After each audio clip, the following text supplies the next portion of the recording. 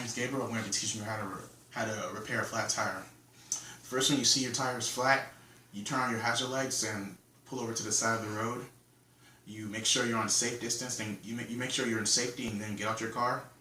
You go to your trunk. Your spare tire should either be in your trunk or the back of your truck or under the truck bed.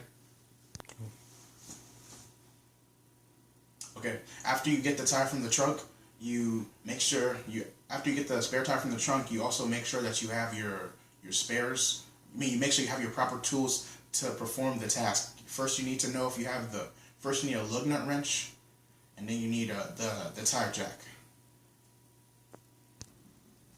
When you're changing your spare, you get the lug nut wrench, and then you always push down. And when you're in doubt, righty tighty, lefty loosey. So you push down, first you loosen. See if you can loosen out the lug nuts with your hand. Then you use the lug wrench to loosen out the rest. Then you get the jack, put it in the proper jack placing position. It should be like right next to the tire. Like, don't put it like in the middle of the car, because certain like if you don't put it in the right place, it's gonna damage the car.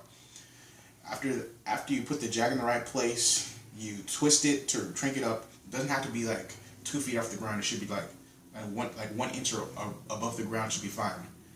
After you raise it up, you take off the rest of the remaining bolts, lefty loosey. You take off the tire, then you go to your trunk and get your spare tire.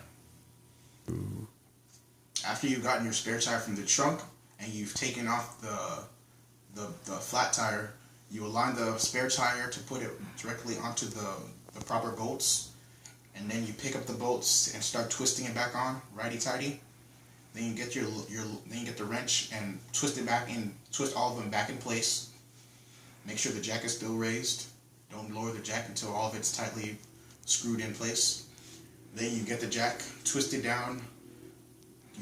You get the jack twisted down till it's firmly off.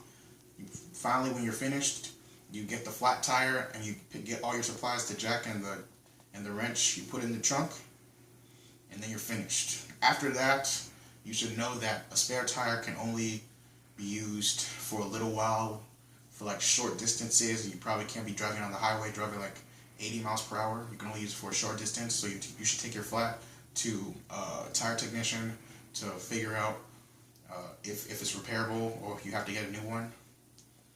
And that's how you change the tire.